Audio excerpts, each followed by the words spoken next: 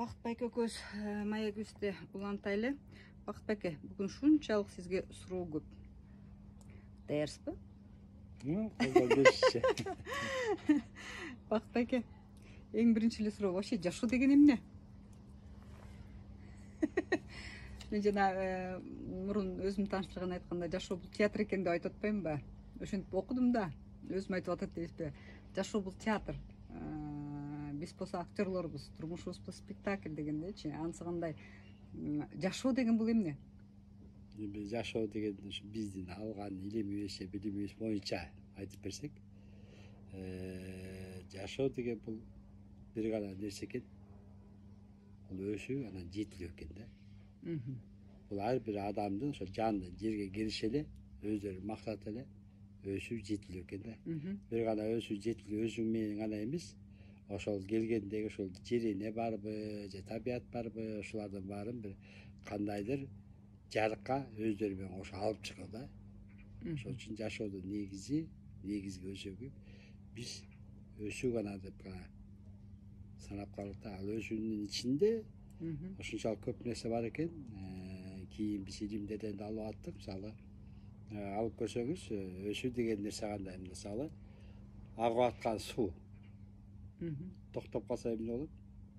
Болото. Болотого айланат да. Жашоодо ошондой экен да.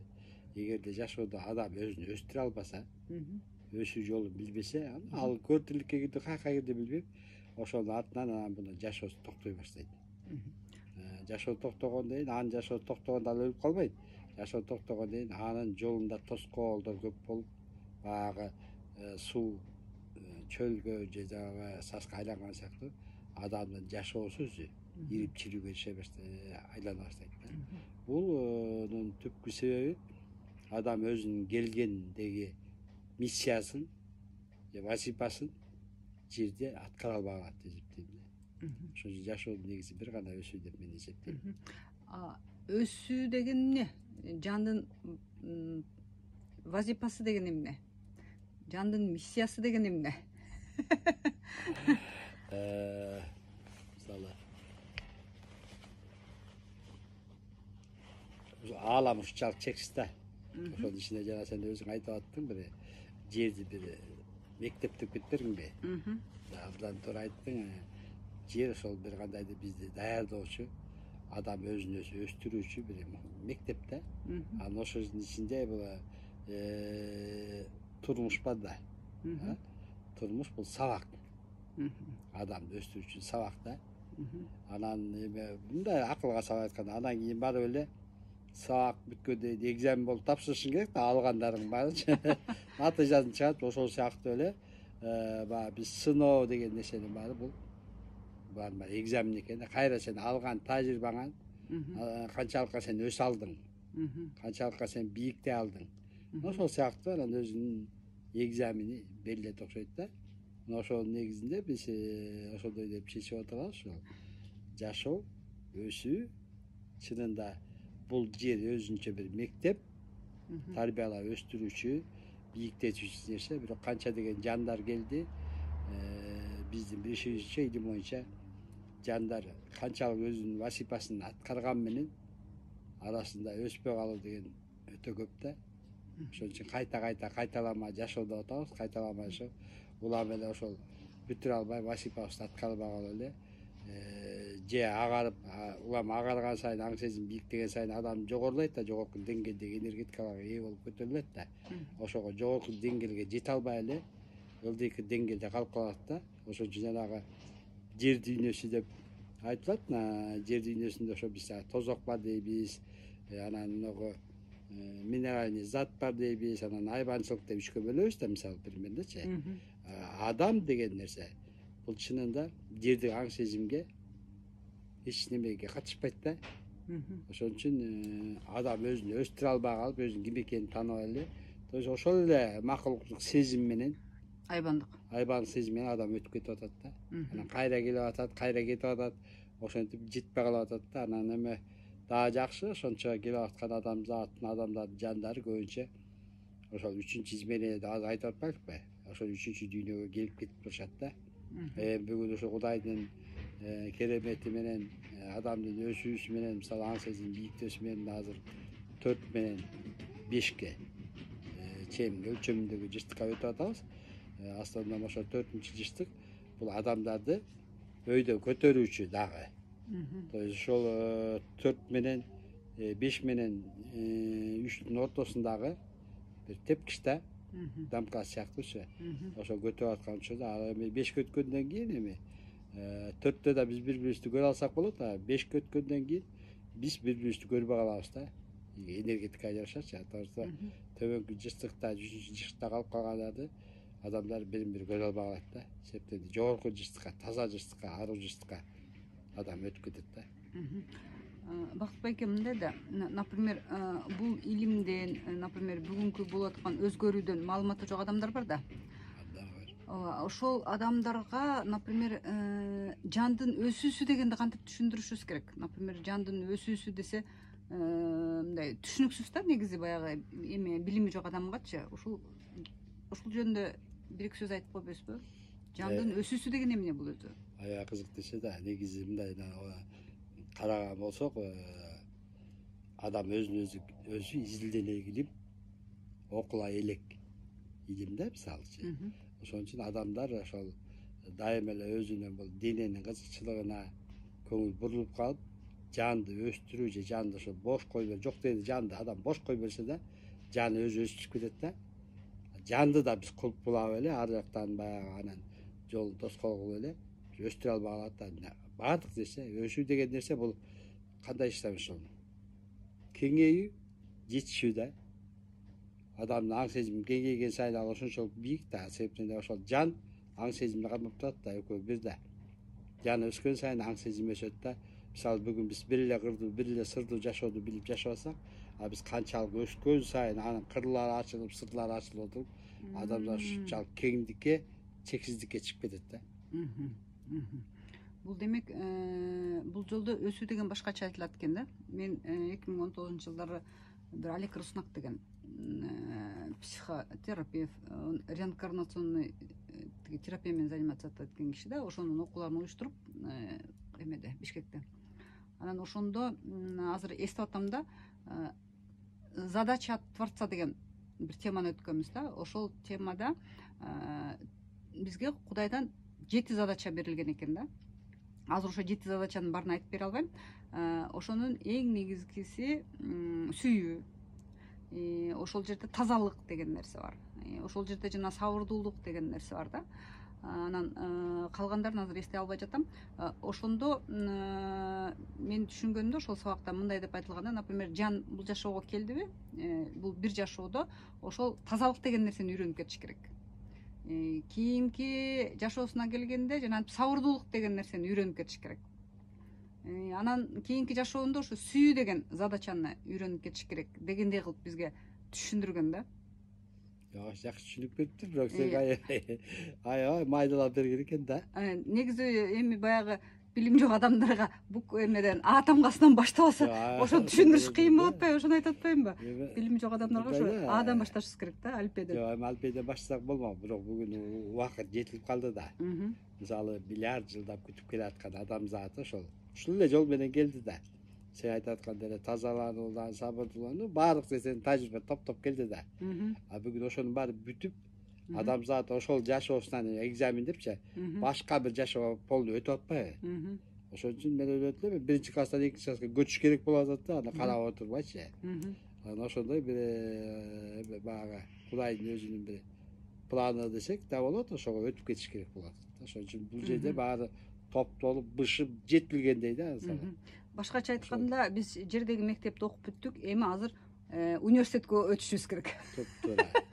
Косметтикти алдык. Экзамен тапшырып туруп, азыр университетке өтөбүз, Ошого келдик десек да болот да. Просто ошондой эле мындай. Талкуулап чечсе ошондой эле. Сонун, рахмат. Бакыт байке, рахмат. Анан ушул жерде дагы бир майдаланган суроолор көп. Акыл деген өзү эмне? Суроо бул. Акыл деген эмне? Акыл деген бир адамдын өзүндө иштеп аткан энергетикада өзүнүн көз карашынан, ойлонгондон ойлоп тапкан нерсе да бул акыл деген нерсе ошол ойлоп тапкан эле адам өзү ойлоп таба албайт себептен ошол акыл эстин өзү адамды курчап турат. Биздин аурада бүт нерсе бар да. Ошодон ала алган киши акылды өзүнө колдоно алып, керек болсо акылды өзүнө өстүрө алып, ошол эле акылды жая алып, бийиктете алган нерсе акыл да. Жан дүйнө болгондо бул Кудайдын тили деп коебуз биздин сөз мененчи. Бул ички дүйнөнүн сезими, керек болсо жан дүйнөнүн ички дүйнөнүн сүйлөөсү, анын жол көрсөтүүсү болот да. Кудайдыкы. Кудайдыкы да. Смотрите эми. Акылың барбы деп коебуз го бизде. Же болбосо акылы жокмун депчи. Ушул акыл деген өзү каякта жашайт? Анан эс деген бар, акыл бар, эс бар. Экөөнүн айырмасы эмнеде? Каякта жашашат алар өздөрү? Акылың бар, эсиң бар эле адамда. Адамдачы адамда. Адамда да карап атып, бирок адам ошодон алат да, тегере бар акыл эс да. Акыл эс деген нерсе баардыгы биздин денеде жаткан нерсе. Память да, эсте память. Ошол биздин ар нерсени эстегенде же бирдеке болгондо бул тык деп включать этип турат өзү. Биз аны билип билбейбиз да. Жана дис деген сроду берип кетпедик орто жолдочу. Ошо дис деген нерсе адам туруп калганда же акылдан таба албай, же эстен таба албай калганда өзүнчө бир дагы бир органы подключение болуп кетет да. Чыкет эзине келе калат да адамчы. Буну мен таптым же буну билдим деп бир нерсени ала чыгат да, ошону дис деп коет да. Бул мындайча машиненин скоростон биринчиге экинчиге которгондо дук деген сыяктуу адамдын аң сезимдеги иштеп аткан аппараттар да. Дис дегенби? Ушул сөздү биринчи уктум мен вообще. Өзү өзү 7 бөлүктөн турат деп коюшат да. Буга бизге берип аткан илимдеде ошол 7 бөлүктөн, жан дүйнөдө 7 бөлүктөн турат да, баардык кызматтары бар да. Ошол 7 бөлүктөргө кирип кетет да. Сонун кылган кызматтары эмнеде? Кимдин? Акыл менен эстин кылган кызматтары эмнеде дейт. Дейт. Бул түшүнүктүү нерсе да, акылың менен айга жетесиң дегендей. Акылдын күчүн пайдаланып, бул жердеги гана инструмент акыл, көп нерсени билесиң, көп нерсе жетесиң. Бирок акылды бир эле жерде эмес, аны аламга да колдонсо болот да, колдонулуп атпайбы? Жок, жердеги жашоодогу инструмент да дейм. Да, мындайча айткандачы, бирок ал колдонот дейм. Акыл менен деле сен чыгасың бийиккечи. Себептен биз акылды башка жака жумшап алганбыз көбүнчөчү. Өзүбүз тааныш үчүн же өзүбүздү бир кандай бир деңгээлге чыгарыш үчүн биз дайыма акылды колдонобуз да. Акылдын аркасында анан биз ошону таанылабыз, бийиктейбиз, ошону немедебиз, акылды тааныйбыз да. Андан өтүп кеткенден акылдан кийин айтып атпайбы, бул баягы ойдун күчү деп коет. Биз ошого кирип атсак, сезимдин күчтөрүнө кирип атсак, себептен адам бара бүт жаратуучулук касиетке өтөт да. Азыркы көрүп аткан нерсенин баарын адам өзүнүн ою менен жарата баштайт да. Анда акыл болбой калат. Анда ички дүйнө иштей баштайт да. То есть биз жалаң ички дүйнөгө көңүл бөлүп, ички сезимдер иштей баштайт да. Азыр биз акыл менен жашап атабыз. Например, азыр көп мындай сөздөрдү угам да. Сен акылыңа салба, сен аны сезимиңе сал, анан дээриңе сал дегенди дагы көп угам да. Ошол акылга салган сайын биз логикага салабыз. Анан биз акылга салганда акылдын гана деңгээлинде карап калабыз да. Анан мисалы жан дүйнөнүн деңгээлинде же анын тилин угууга же немеге көңүл бурбай калабыз да. Сонун рахмат. Ой деген эмне? Сөз менен кептин айырмасы эмнеде дейт. Ой деген эмне? Анан сөз менен кептин айырмасы эмнеде? Ой деген нерсе, мисалы бир нерсени сен ойлосоң, анан ошону кубаттандырсаң күчкө кирет да. Бир нерсени сатып алам десең, сен ошонун артын издене баштайсың го, ошондуктан сайын сен оюң кубаты күчтөнөт, анан бир күн сен аны сатып аласың да. Бул ойдун кубаты да. Мисалы президент болом деген адам деле, президент болом деди да. Ал бала тилек койду мисалы. Ой мененчи, ниет койду, мен президент болом деп. Өткөндө Садыр айтып аттыр го, мен атамды карап отуруп жанында ал убакта КПСС эле, анан ошондо мен болсом деп айттым эле деп. Садыр биздин эле азыркы президент деп айткан сыяктуу. адам деле ошо кичинекейинде бала келсе тең болуп тазаласа мен президент болом дейбиз, депутат болом же бай боломбу деп өзүнүн оюн жөнөткөндө эле адамдын оюнан бир чачтай болгон энергетика алып бул каалаган нерсесине жабышып калат. Президент балким. Анан ошол эгер ошол адам ошол ойдун күчүн билсе, кайра ошол ойдун күчүн күчтөсө, ошону канча кеңейте берсе баягы кеңейт да, анан бул президенттин тагы деп коет, же президент өзү келип убалага отуруп калат да. Ошон үчүн муну кыргыздар мынтип коет, ой жаштын тилегин сөз берет деп коет да. Бул ошол энергетик иштетилген иш да. Ойдун күчүн иштетилген. Бирок ошону постоянно иштетиш керек да, туура бир эле айтып койсо болбойт да. Албетте туруктуулук Энергияны бериш керек ошого. иштеш керек ошо менен. Антпесе миллионерге күйөөгө тием дегендер бар эле. Миллионерге тип кетпей. Ошо айтып атпайбы? Туруктуу ой болсо, адам ойлогон оюна жете алат да. Анткени анын ою туруктуу, ал бир нерсени ойлойт, ошону ишке ашырат, ошону чоңойтот, кеңейтет дегенде ошого кубат, күч бере алат да. Ана бүгүн менаймын деп ал эртең кайра кетейин деп жүрсөң, же болбосо баягы сөз да жаман да, бул бирде кыркып салат сен ойлогон ойлорду. Бирде баарга биздики баш алама. Биз туруктуу нерсеге жете элекпиз да, качан биз туруктуу болгондо ойлор деле орундала берет, баары кетет. Эмне үчүн жанагы кайзыгуу эл улуу дегенде Конфуцийдин айткан сөзү бар го. Баардыгы ою менен орунду сүйлөгөн эл бийик эл болот, туруктуу эл болот дегенде жаман сөз, жаман ой алар колдонулбайт. Биз ушулардын баарын жаман ой, жаман сөздөрдү колдонуу менен көп нерсебизди өсүшкө келип турган көп нерсени баарын кыркып карашы керексизге айлантып алабыз да. Карасаңыз, Бакытбек, ушул жерден бир суроо бергим келип атат да сизгечи. Мынагу президенттик такты, президенттик иш бул тагдырга жазылган программа эмеспи? Муну ой менен эле тартып алса болобу любой адам? Мен жанагы Жан дүйнөнүн нектары деген китепти окуп, ошол жактан көп нерселерди өзүм алгам да. Ошол Жан дүйнөнүн нектарында айтылат да. Ушул президент боло турган, хан боло турган адамдар, булар ошондой программа менен келишет бул дүйнөгө депчи. Анан ошондо азыр сиз айтканга ошондо ошолор баары ошол программа ишке ашабы?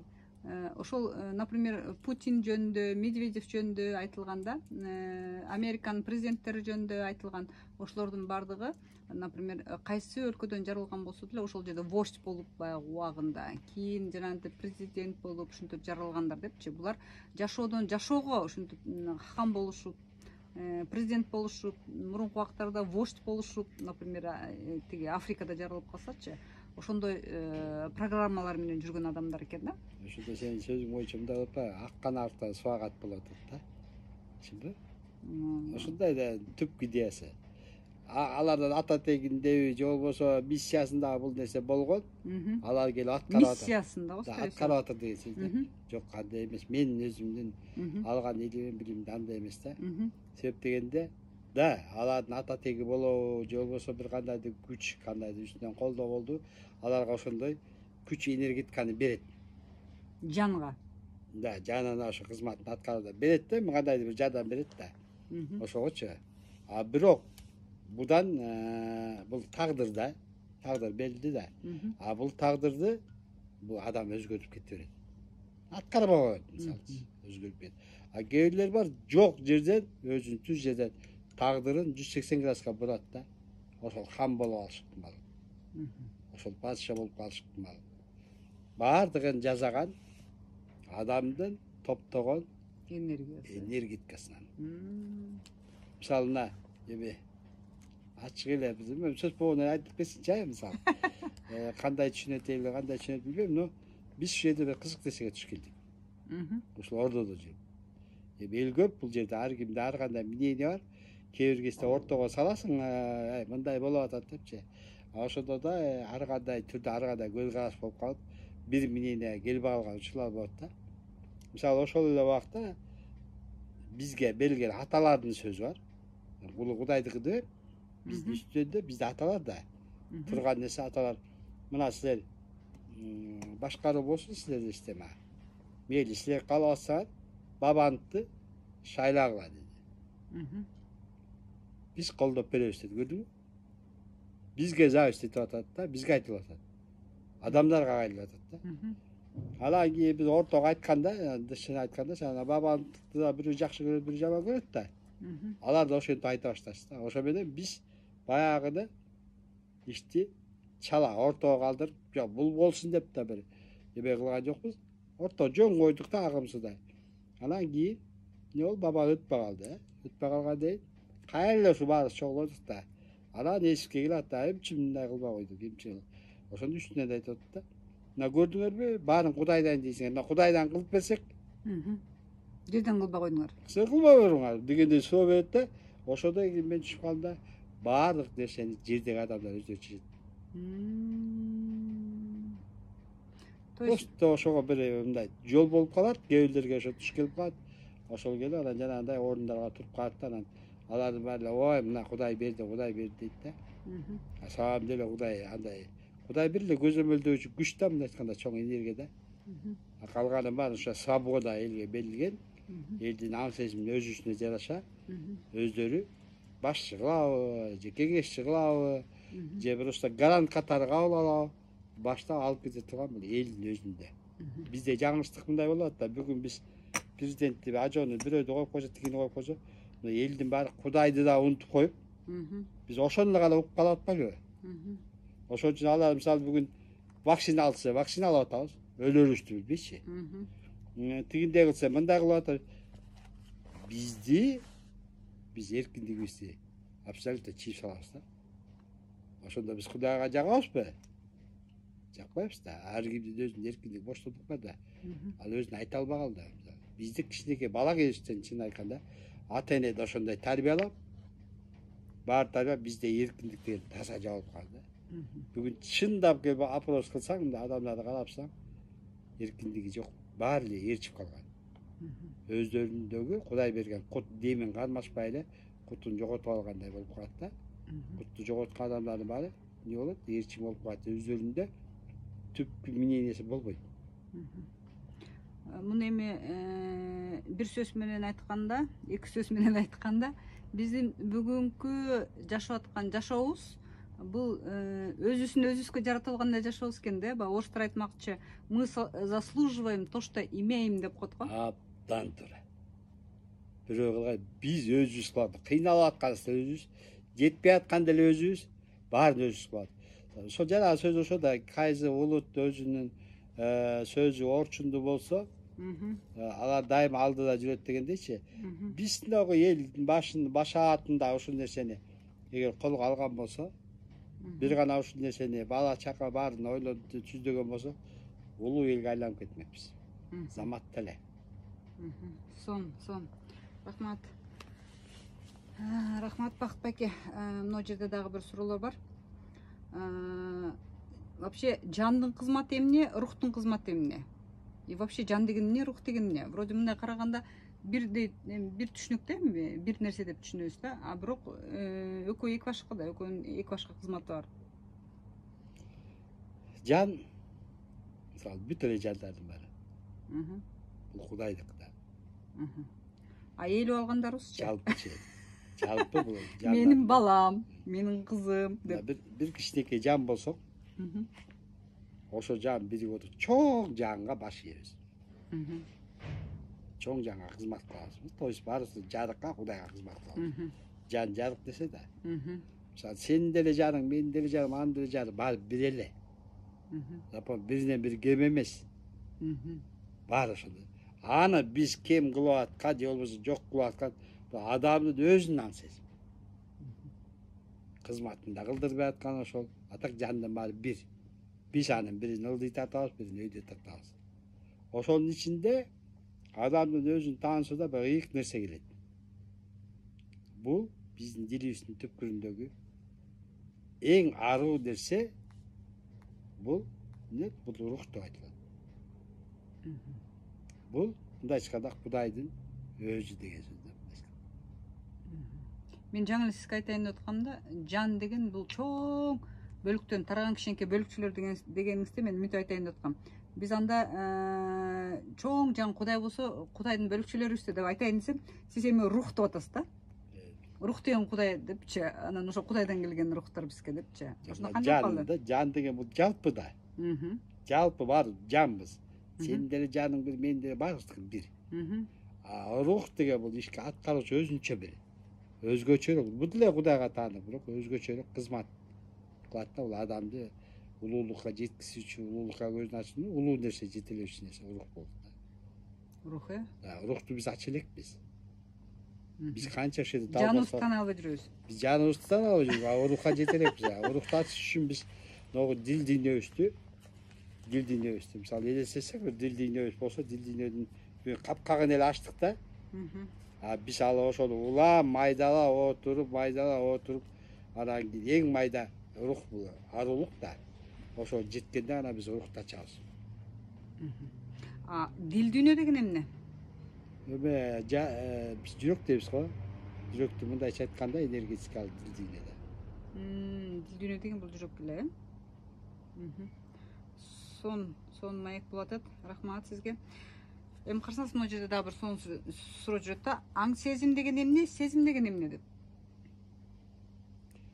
Аң сезим деген нерсе бул сендеги баардык нерсени камтып турган, акыл барбы, эс барбы, баарын камтып турган күч аң сезим. Сен ошону аңдап билесиң да. Сезим деген бул сенин ички сезим деген нерсе. Аны сезесиң, сен кайра өзүңө жаратасың, пайда кыласың, сезимдин күчү да. Аң сезим бул общий кетет да, баарын алып кетет. Сезим деген индивидуально. Сезим башта индивидуально. Сон дил дегенге жооп бердиңиз. Дит, пейил, ниет деген эмне дейт? Кызматтар эмне деп булардын дейт? Мисалы, сиз бирөө менен дос болдуңуз дейли. Анан досуңуз сизди сатып кетти да.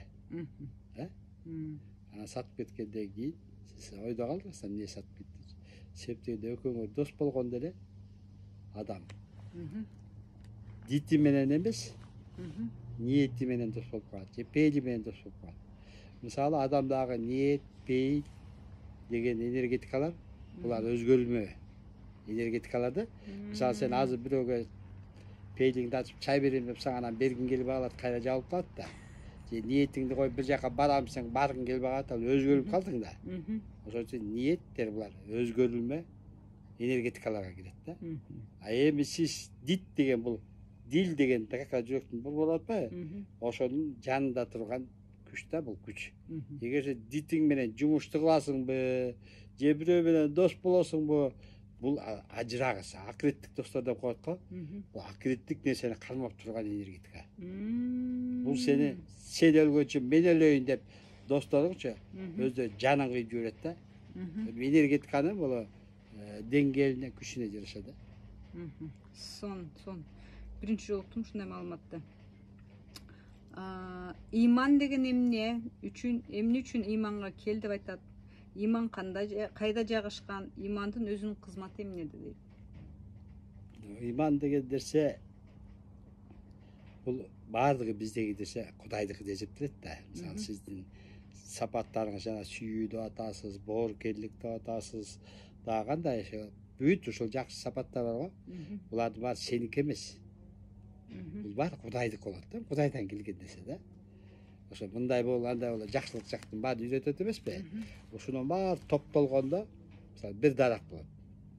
Биздин элестетиш боюнча ушул топтолгон топтому ошол жакшы сапаттардын топтомуна иман дейт. Жакшы сапаттардын топтому бул иман. Анан адам ошо жакшы сапаттарды баарын топтогондон кийин, ошого өзү жеткенден кийин адамдан эмне ачылат? Экинчи нерсе ачылат, бул жарык ачылат, Кудай ачылат. Иман бул Кудайды ачып берүүчү эшик.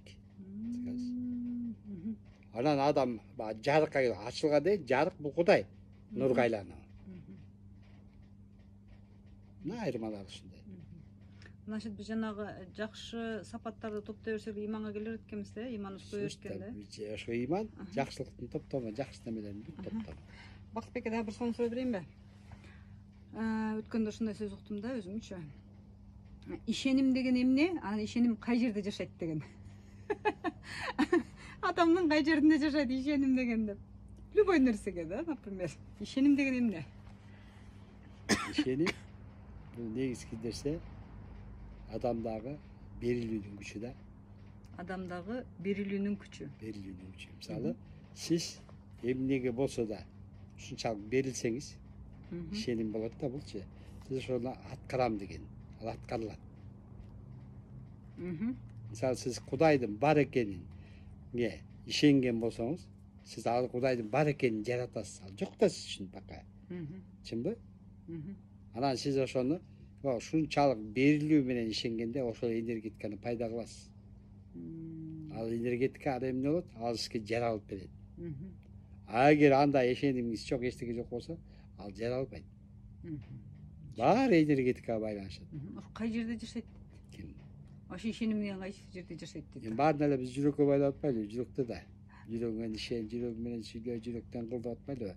Анткени ушул жүрөктөн балына сыяктуу жарык ушулдап кетип турат. Ошонун баарын аткарып аткан сенин жүрөгүңдө да ишеним бар. Сонун чоң рахмат Бакыт байке. Аябай сонун маек болду. Урматтуу замандаштар, сиздер дагы ишениңиздер Алтын-Доорго келгенибизге. Ишенимиңиздерди чоңойтуңуздар, ыйманыңыздарды топтоңуздар. Бакыт байке, сизге чексиз сүйүү жана ыраазычылык. Бар болуңуз, жарык болуңуз. Сиздин артыңыздан ээрчип, биз дагы жакшы жолго түшө берели. Ушул сиз берген билимдер уккандарга сиңимдүү болсун. Элдерди изденүүгө, жакшы жолго түрткөн билимдерден болсун. Келсин бара, аткарылсын.